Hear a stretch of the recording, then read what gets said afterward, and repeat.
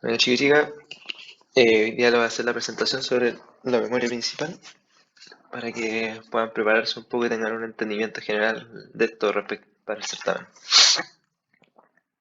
Bueno, como introducción, primero vamos a ver los fundamentos, lo que es el intercambio swap, la asignación de memoria contigua, las técnicas como la segmentación y técnicas como la paginación.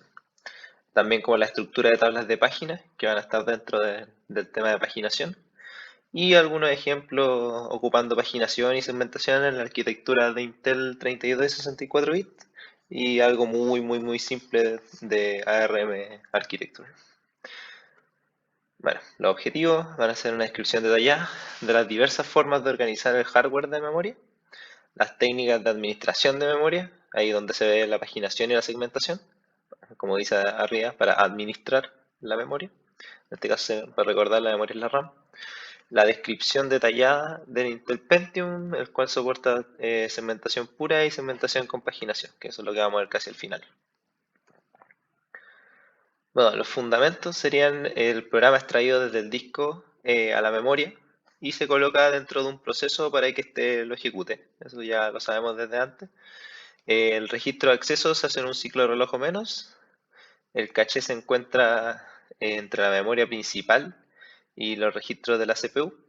Y la memoria se debe proteger para garantizar su correcto funcionamiento, ya que si hay problemas entre medio de eso, hay problemas con los procesos y por lo tanto no se ejecutan como corresponde y no obtenemos el resultado que queremos, por lo tanto da error. Bueno, acá tenemos los registros de base y límite. Estos son espacios de dirección lógica, esto vendría siendo donde se guarda la información y tenemos la base, ¿no es cierto?, que va a ser donde empieza el proceso y el límite que es donde termina. Acá tenemos la vinculación de instrucciones y datos a la memoria, donde tenemos tres etapas, que es el tiempo de compilación. Si se conoce a priori la ubicación de memoria, se puede generar el código absoluto. El tiempo de carga, que genera el código reubicable si se conoce la ubicación de memoria en el tiempo de compilación. Y el tiempo de ejecución, que es el enlace retrasado hasta el tiempo de ejecución, si el proceso se puede mover durante su ejecución de un segmento de memoria a otro. Estos son fundamentos, todavía falta un poco. Hay un concepto súper importante que vemos acá, que es la unidad de memoria, o el MMU, que se llama el Memory Management Unit, que traduce la dirección virtual a su correspondiente dirección física, utilizando la tabla de páginas mantenida por el sistema operativo. Acá tenemos la dirección física, ¿no es cierto?, que es vista por la unidad de memoria, y la dirección lógica, que es la generada por la CPU. También dice son los mismos los esquemas de vinculación de dirección en tiempo de compilación y carga y difieren en el esquema de enlace de direcciones de tiempo de ejecución. Tenemos el espacio de memoria lógico y físico, ¿no es cierto? Donde acá adentro vamos a tener un tema que se llama el esquema de enlace, que es la vinculación, que es la técnica utilizada por los sistemas operativos para permitir la ejecución de programas independientemente de la ubicación física en memoria. Y ahora ya empezamos ya un poquito más, después de esa pequeña introducción, ya empezamos con lo que nos compete. Acá viene el intercambio, el swap, que es una técnica utilizada en el sistema operativo para ampliar la memoria disponible en un sistema mediante el uso de espacio en el disco duro como una extensión de la memoria física. Acá lo vamos a ver con una imagen. Tenemos el almacenamiento de respaldo, que es el disco rápido, lo suficientemente grande como para acomodar copias de todas las imágenes de memoria para todos los usuarios. Y el roll-in y el roll-out, que viene siendo un swap invariant utilizado por algoritmos de programación basado en prioridades. Una menor prioridad se cambia por una mayor prioridad. Esto acá tenemos el main memory acá en el costado derecho. Acá tenemos la RAM. Y de repente si tenemos poco espacio con la RAM, lo que va a hacer es tomar estos procesos que están acá, algunos acá como dice con prioridad, y los va a guardar dentro del disco duro para poder sacar otro y hacerlo procesar algo que sea más importante. Y después volver nuevamente a traer ese proceso anteriormente ejecutado. Eso es lo que es el swap. Ahí cuando se acaba la RAM, se va al disco duro a guardar también. Por eso también es importante tener Un buen disco duro, debido a que si es lento y tenemos poca RAM, ya el computador se pone hiper lento, así. Porque va a tener que mandarlo los procesos al disco duro, después los va a tener que traer de vuelta y todo ese proceso puede ser muy, muy lento. Acá tenemos la asignación de memoria contigua. Acá el método de asignación de memoria utilizado en sistema operativo donde se asignan bloques de memoria adyacentes y contiguos para satisfacer las solicitudes de memoria de los procesos. Acá los podemos ver. Dice, el espacio de memoria se divide en bloques continuos de tamaño fijo y cada bloque se asigna a un proceso según sus necesidades. Acá vemos acá en el costado derecho los bloques que tienen todo el mismo espacio y se van subdividiendo en espacios de memoria un poquito más grandes que se van colocando para que después los procesos vayan siendo asignados a cada uno de estos bloques. Dice, cuando un proceso solicita memoria, el sistema operativo busca un bloque contiguo lo suficientemente grande para satisfacer la solicitud y se lo asigna al proceso. Aquí vamos a ver tres formas distintas que hace esto. Son tres distintos algoritmos. No sé si sean tan importantes, pero igual los vamos a ver así a la rapidita. El primer ajuste dice busca el primer bloque de memoria disponible que sea lo suficientemente grande para satisfacer la solicitud del proceso. En este caso es rápido, pero puede dejar fragmentación externa, es decir, pequeños espacios no utilizados entre bloques asignados. Ahora en un ratito más vamos a ver lo que es la fragmentación ahí para que les quede un poquito más claro. Pero al final esto es que queda espacio sin utilizar afuera como espacios más pequeños, que al final quizás la combinación de todo eso, de todas esas fragmentaciones que se generan externas podrían ser útiles para poder meter otro proceso, pero no van a estar utilizados porque están en bloques más pequeños. Acá está el mejor ajuste, dice que se busca el bloque de memoria más pequeño que pueda satisfacer la solicitud del proceso. En este caso se minimiza la fragmentación externa, claro, porque siempre busca como el mínimo que va a necesitar usar, pero como va a tener que buscarlo, también va a tener más tiempo en encontrar ese bloque adecuado. Después tenemos el peor, dice lo peor, dice busca el bloque de memoria más grande disponible para satisfacer la solicitud del proceso, minimiza la fragmentación externa, pero puede dejar grandes espacios no utilizados entre los bloques asignados, que también eso ya es un problema. Como le había dicho anteriormente, ahora vamos a ver lo que es la fragmentación, para que les quede un poquito más claro. En este caso la fragmentación es un fenómeno que ocurre que en sistemas de memoria, cuando el espacio disponible se divide en bloques más pequeños y no contiguos, lo que resulta en una utilización ineficiente de los recursos de memoria. Puede ocurrir tanto en la memoria física, RAM, como en el espacio de intercambio de disco. Bueno, acá lo que les decía antes, la fragmentación externa, dice, ocurre cuando hay suficiente espacio libre total en el sistema, pero está fragmentado en bloques más pequeños y no contiguos, por lo tanto ahí no se pueden utilizar. Dice, lo que impide asignar bloques contiguos de memoria a procesos que lo necesitan. Esto puede suceder cuando los procesos se liberan de la memoria en diferentes momentos, dejando espacios vacíos entre ellos, que es lo que les decía anteriormente. Y después está la fragmentación interna, que ocurre cuando hay espacio desperdiciado dentro de un bloque. Pongamos que le asignamos un bloque a algún proceso y ese proceso no se ocupa la mitad de la capacidad del bloque que nosotros le dimos, entonces ahí hay fragmentación interna porque no se está utilizando todo lo que, o la gran parte de lo que se le asignó. Eso es dentro de un bloque que se le asignó, el otro es por fuera, por eso una es interna y la otra es externa. Puede ocurrir cuando los bloques de memoria se asignan a unidades fijas, por ejemplo en páginas, y un proceso no puede utilizar todo el espacio del bloque. Ahí después vamos a ver lo que son las páginas, esa es la parte importante dentro de memoria principal. El tema de la fragmentación, la segmentación y la paginación son los puntos más importantes dentro de la memoria principal. Ahí lo vamos a ver. Esto puede suceder cuando los bloques de memoria se asignan en incrementos fijos, lo que lleva a que el último bloque asignado no se utilice por completo. Ahí es lo que les he explicado.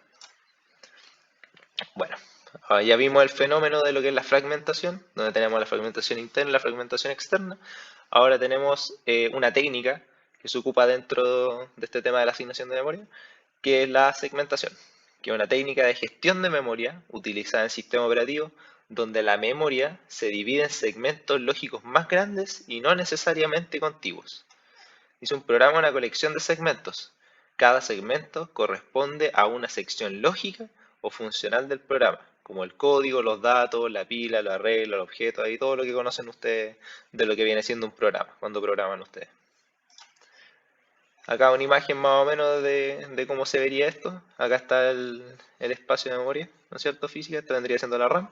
Y como ven, no son contiguos, pues acá tenemos un espacio del usuario, donde acá tenemos el espacio 1 que se ocupa, el espacio 2, el espacio 3, el espacio 4, y no están contiguos entre ellos. Acá tenemos como un ejemplo más o menos de cómo es la arquitectura. La dirección lógica es una tupla de dos valores, que es el número de segmentos y el desplazamiento, que se ve acá. La tabla de segmentos es un mapa de direcciones físicas bidimensionales compuesto por, en este caso, la base, que está aquí, que contiene la dirección física donde residen los segmentos de memoria, y el límite que especifica la longitud del segmento. Y vamos a ir al siguiente, acá más o menos se ve un esquema de cómo funciona, acá se va para acá, tiene esto de acá, ahí lo vamos a ver un poquitito más a fondo, pero no es tan importante tampoco esto. Es importante entender el concepto, pero es importante más entender cómo funciona esto, no tanto el esquema. Dice registro de base de la tabla de segmentos, ¿no es cierto? Acá está el registro. Dice apunta la ubicación de la tabla de segmentos en la memoria. Y el registro de la longitud de la tabla de segmentos, que indica el número de segmentos usado por un programa. Acá como ven, si se cumple, ¿no es cierto? Y es menor que esto, sale la dirección. Si no, hay un problema en addressing. Y en caso de que sí, se agrega y se coloca en la memoria física. Y ahora, después de haber visto la segmentación, ¿no es cierto? Es que reiterando con lo que tenemos acá, para que se le haga más o menos la idea. La segmentación es la técnica de gestión de memoria, donde, ¿no es cierto?, la memoria se divide en segmentos lógicos más grandes y no necesariamente continuos. No necesariamente contiguos. Ahora vamos a ver otra técnica, que es la paginación, que esta es la que se utiliza también con la segmentación, pero esto es como lo que se le da más énfasis, como lo más importante, que dice que es la técnica de gestión de memoria utilizada en sistemas operativos para administrar la memoria física y virtual. La memoria se divide en bloques de tamaño fijo, llamado páginas, y los programas se dividen en bloques de tamaño igualmente fijo, llamado marcos de página. Y lo vamos a ver. Esto evita la fragmentación externa y evita trozos de memoria de tamaño variable. ¿Esto por qué? Porque al final vamos a tener espacios que son siempre del mismo porte, pues entonces al final no va a haber problema con respecto a la fragmentación externa. Y como claro, como podemos ocuparlo en espacios distintos, al final no se va a generar ese problema de que vamos a tener algunos entre medio que no se van a utilizar. Dice, los bloques de tamaño fijo en memoria física, en la RAM, son llamados frames, y los bloques de tamaño fijo, perdón, en memoria lógica son los llamados páginas. Ahí hay una sutileza en el tema de los nombres. Dice, para ejecutar un programa de tamaño n páginas es necesario encontrar n frames libres y luego se carga el programa. Acá vamos a ver un poquito la estructura. El esquema de traducción de direcciones. Dice, la dirección generada por la CPU se divide en el número de página, que es aquí el P, que contiene la dirección base de cada página en la memoria física. O sea, esta tiene la dirección, como dice, acá está esta es la dirección de la memoria física. Recuerdo que esta es la virtual.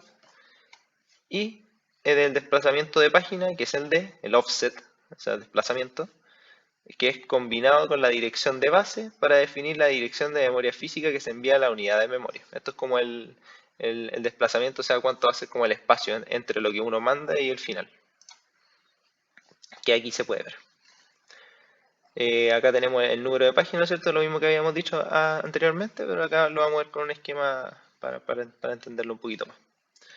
Acá tenemos el P, ¿no es cierto?, que es la dirección base, el cual va a ser una solicitud a la tabla. Esta tabla va a tener como las direcciones, ¿no es cierto?, de la memoria física. Si la encuentra, ahí está, va a ser F. Y con el desplazamiento tenemos el punto en el que empieza la dirección de memoria física. Y con el offset vamos a tener desde ese hasta el final. Y ahí vamos a tener el espacio que nos corresponde. Entonces ahí con eso vamos a tener para eso sirve el page table, es para hacer una conexión entre un puntero a la dirección, esto lo traduce y te lo manda a la dirección física. Este esquema es importante este. Es bueno saberlo, es la forma general de cómo funciona esto. Después vamos a ver variantes y cosas así, pero si se entiende este general, ya lo otro es agregarle un par de cosas y la lógica viene siendo prácticamente la misma. Bueno, acá lo vemos un poquito ya más con números y para verlo como más amigable, por decirlo de alguna forma. Donde acá tenemos la memoria lógica, ¿no es cierto? Acá tenemos la página 0, ¿no es cierto? Acá dice que el valor 0, esta es la tabla, Y como acá tenemos el valor 0, dice, ah, ya, para el 0 yo tengo asignado el 1. Entonces esta página va a estar acá, en la dirección de memoria física 1. En el caso de la página 1 dice, ah, la página 1 está asociada al 4, entonces lo manda al 4. Acá está. El 3 con el, o sea, el, el 2, ¿no es cierto? Que la página 2 va a estar en el espacio 3 y así en todos los demás. Eso es lo que hace la tabla. Una traducción entre la memoria física, o sea, lógica y la memoria física. Intermediario, por decirlo así. Acá un ejemplo más o menos de cómo funciona. Dice para el espacio de dirección lógico dado 2 elevado a m y el tamaño de página 2 elevado a n. Recuerda que acá siempre hablamos de bits, entonces siempre es 2 elevado a algún valor. En este caso el n es igual a 2, por lo tanto como el tamaño de la página, que es 2, va a ser de 4, que es el que vemos acá, tiene 4, y en el otro caso va a ser m igual 4, por lo tanto como m igual 4 va a tener 16 valores, que van a ser los que están acá, y acá nos va a dar para una memoria de 32 bytes, que es lo que vemos aquí, la dirección física. Acá están los 32, acá está la tabla de 4, la de 16 y acá se hacen las traducciones a cada uno para que caigan en estos bloques. Acá generalmente se da un poco en las pruebas a veces, no es algo muy complejo, pero igual lo voy a pasar, que es el cálculo de la paginación interna. Acá para hacerle un refresco de memoria, la paginación, perdón, la paginación interna, ¿cierto? Ah, sí, ya. La paginación interna es para ver cuánto va a ser el espacio de fragmentación que va a quedar interno a un proceso. En este caso tenemos el tamaño de página, ¿no es cierto? Como habíamos dicho, 2048 bytes. Ese va a ser el tamaño de la página, o sea, de esta de acá. Y el tamaño del proceso va a ser de 72.766. Es el proceso que nos llegó y tenemos los espacios divididos en páginas de 2048 bytes. Entonces, ¿qué es lo que hacemos acá? Bueno, división, ¿no es cierto? Y el valor entero nos va a dar 35, por lo tanto van a haber 35 páginas. Y va a haber una página extra que va a ser la página 36, pero donde solamente se van a utilizar 1086 bytes. Entonces, como sabemos que la página es de 2048, se le restan lo que sobró y va a haber un espacio que no va a ser utilizado que va a ser de 962 bytes, que es la fragmentación interna, porque dentro de esa página va a sobrar ese espacio. Acá tenemos el tema de los frames libres. Acá, por ejemplo, vamos a tener algunos frames que van a estar libres dentro de la memoria. Recuerden que los frames son, a diferencia de las páginas, los frames son los que están en la memoria física. Entonces acá tenemos el caso antes de la asignación. Acá están los frames libres, ¿no es cierto? Acá están las páginas. Y lo que va a ser asignarle esos frames libres a las páginas que correspondan. Por lo tanto, nos vamos para acá. Y después de la asignación se asignan las páginas, ¿no es cierto?, a los frames libres que estaban acá, en dirección de 4. Entonces la página 0, ¿no es cierto?, va a estar en el 14, que acá está la tabla que se le va a asignar. El 1, ¿no es cierto?, que va a ser la página 1 que está aquí, se le va a asignar al 13, entonces vamos a buscar el 13, aquí está, y así todo el rato. Bueno, ahora vamos a ver la implementación de tablas de páginas, ¿cierto? Se hace también en la paginación, dice que se hace uso de un caché de hardware de búsqueda rápida, denominado memoria asociativa, o buffer de búsqueda de traducción, que va a ser el TLB, que es el que está aquí.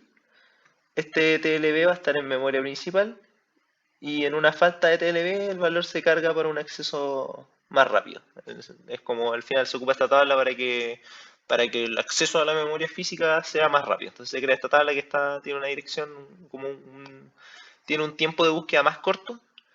Y en caso de que no esté dentro de esta tabla, bueno, ahí vamos a la tabla que conocemos nosotros, ya, bueno, y la pasamos como lo hacíamos anteriormente.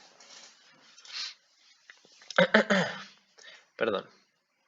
Los TLB, acá en este caso, son típicamente pequeños, son de 64 a 1024 entradas. Tienen traducción de direcciones PD, ¿no es cierto? Si P está en el registro asociativo, se obtiene el frame number, ¿no es cierto? Que vendría siendo el valor que necesitamos para la memoria física. Y si no se encuentra, bueno, vamos a buscar el frame number a la tabla y lo asignamos.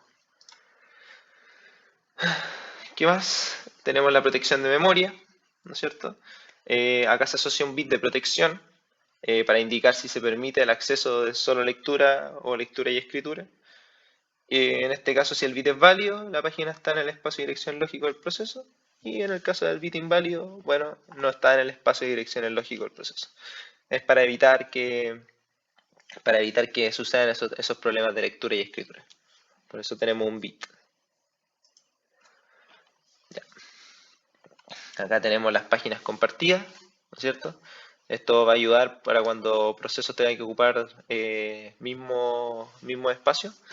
En ese caso tenemos el código compartido, que es una copia del código de solo lectura compartida entre procesos, editores de texto, compilador, etc.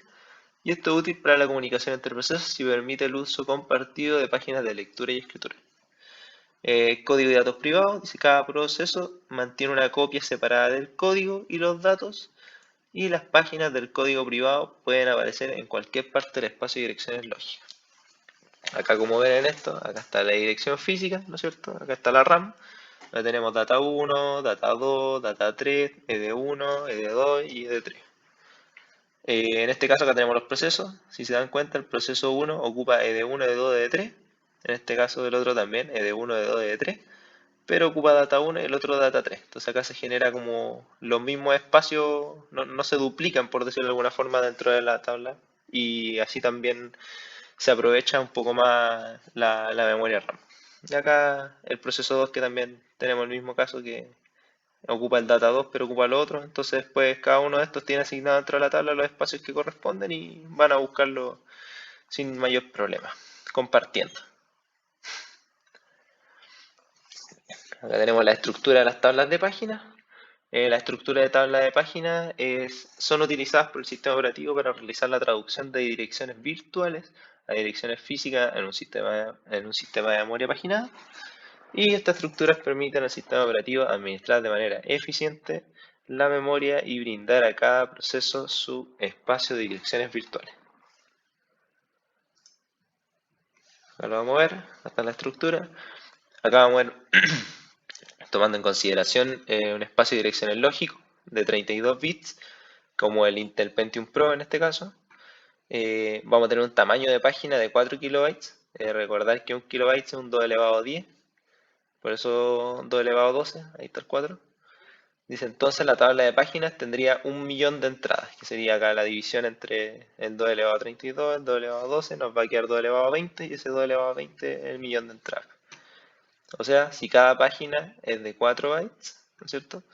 Vamos a tener 4 megabytes de espacio de memoria físico de direcciones memoria solo para la tabla de páginas. En ese caso es mucho costo por esa cantidad y no se desea asignar contiguamente en la memoria principal. Vamos a ver tres casos. Parece una que es la paginación jerárquica, la tabla de páginas hatch y la tabla de páginas invertida. Todo un poquito más de detalle. Acá son las tablas de páginas jerárquicas dentro de la estructura de las tablas de páginas. Dice que divide el espacio de direcciones lógicas en varias tablas de páginas, reduce la cantidad de memoria necesaria para almacenar la tabla de páginas completa y mejora el rendimiento al acceder a las entradas de las tablas de páginas. En este caso, una técnica siempre es una tabla de página de 2 niveles, o sea, una página de una página. Vamos a tener acá una página gigante, ¿no es cierto?, donde dentro van a haber páginas más pequeñas y vamos a poder asignar así a cada una de ellas. Ahí lo vamos a ir viendo. Una dirección lógica en una máquina de 32 bits, ¿no es cierto?, como habíamos visto en Intel Pentium Pro, con tamaño de página de 1K, ¿no es cierto?, que no va a ser el caso anterior, sino que va a ser de 1, el otro era de 4. Dice un número de página que consta de 22 bits y dice un desplazamiento de página que consta de 10 bits. Acá recuerden que el offset es el espacio desde el comienzo hasta el final y el comienzo lo va a dar este tema de la página que está acá. Acá tenemos un número de páginas, se divide en número de páginas de 12 bits, que es el que está acá, desplazamiento de página de 10 bits, que es el que está acá. Acá en este caso el P1 es un índice de la tabla de página externa, P2 es el desplazamiento dentro de la página de la tabla de página interiores. Es como un offset del P1 en este caso. Si tenemos ahora una arquitectura de 64 bits, acá recuerden que anteriormente estábamos con 32, en ese caso, y un tamaño de página, perdón, de 4 kilobytes, o sea, 2 elevado a 12, Entonces tenemos caso de dos niveles donde la página interna va a ser de 2 elevado a 10 y la página externa va a ser de 2 elevado a 42, lo cual igual es bastante. Acá tenemos tamaño página, ¿no es cierto?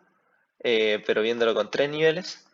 Tenemos una página interna de 2 elevado a 10, la segunda página externa que es de 2 elevado a 32 y la página externa de 2 elevado a 10. En este caso, aunque le coloquemos tres niveles, o sea que en vez de que tengamos una página de página y ahora tengamos una página de página de página, aún así sigue siendo ineficiente para el caso 64 porque la página externa nos queda de... O sea, perdón, la externa nos queda de 32, así. Bueno, igual es bastante así, entonces no es muy bueno. Acá tenemos las tablas de página Hatch, ¿no es cierto? Que es el otro caso, ya vimos las tablas de páginas jerárquicas, ahora vamos a ver dentro de eso las páginas Hatch. Este es más común dentro de los espacios de direcciones de mayor a 32 bits, o sea, en el caso de 64 es una mejor opción. Es el número de página virtual, está una tabla de páginas y esta tabla contiene una cadena de elementos Hatch en la misma ubicación. Ahora lo vamos a ver.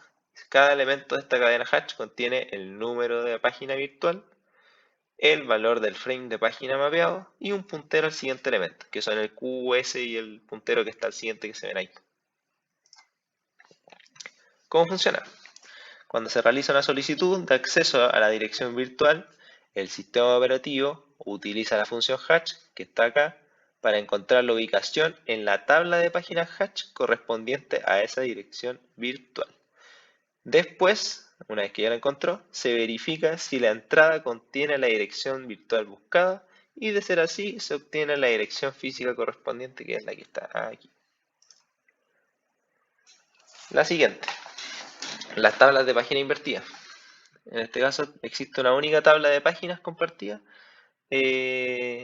para todos los procesos en el sistema.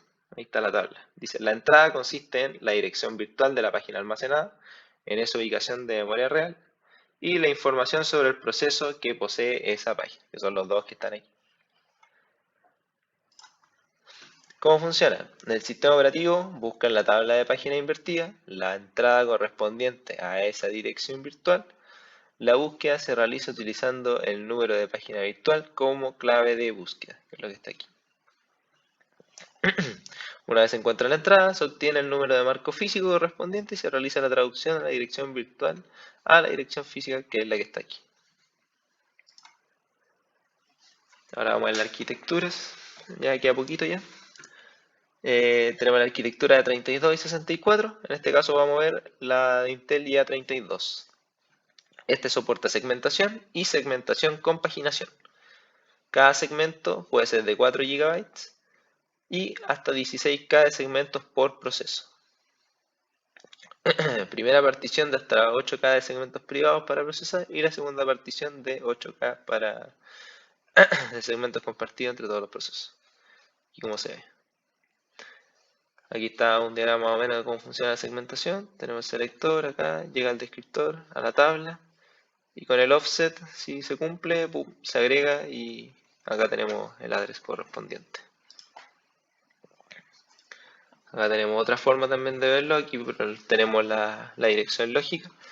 Acá tenemos un page directory, tenemos el page table y tenemos la página correspondiente con el offset. Entonces acá tenemos como un directorio de página donde tenemos muchas tablas de página. Acá tenemos dentro muchas tablas de página. Y esa tabla de página es la que hace el último salto, en este caso al offset que vendría siendo a la dirección física, donde el offset nos va a entregar el largo de esa página. Ahora vamos a ver las extensiones de dirección de página, que son el PAE, que es una característica que tienen algunos sistemas operativos y procesadores que permite ampliar la capacidad de dirección de memoria más allá de los límites tradicionales de 32 bits. En este caso utilizo una tabla de página extendida para mapear la memoria física a la memoria virtual de un proceso.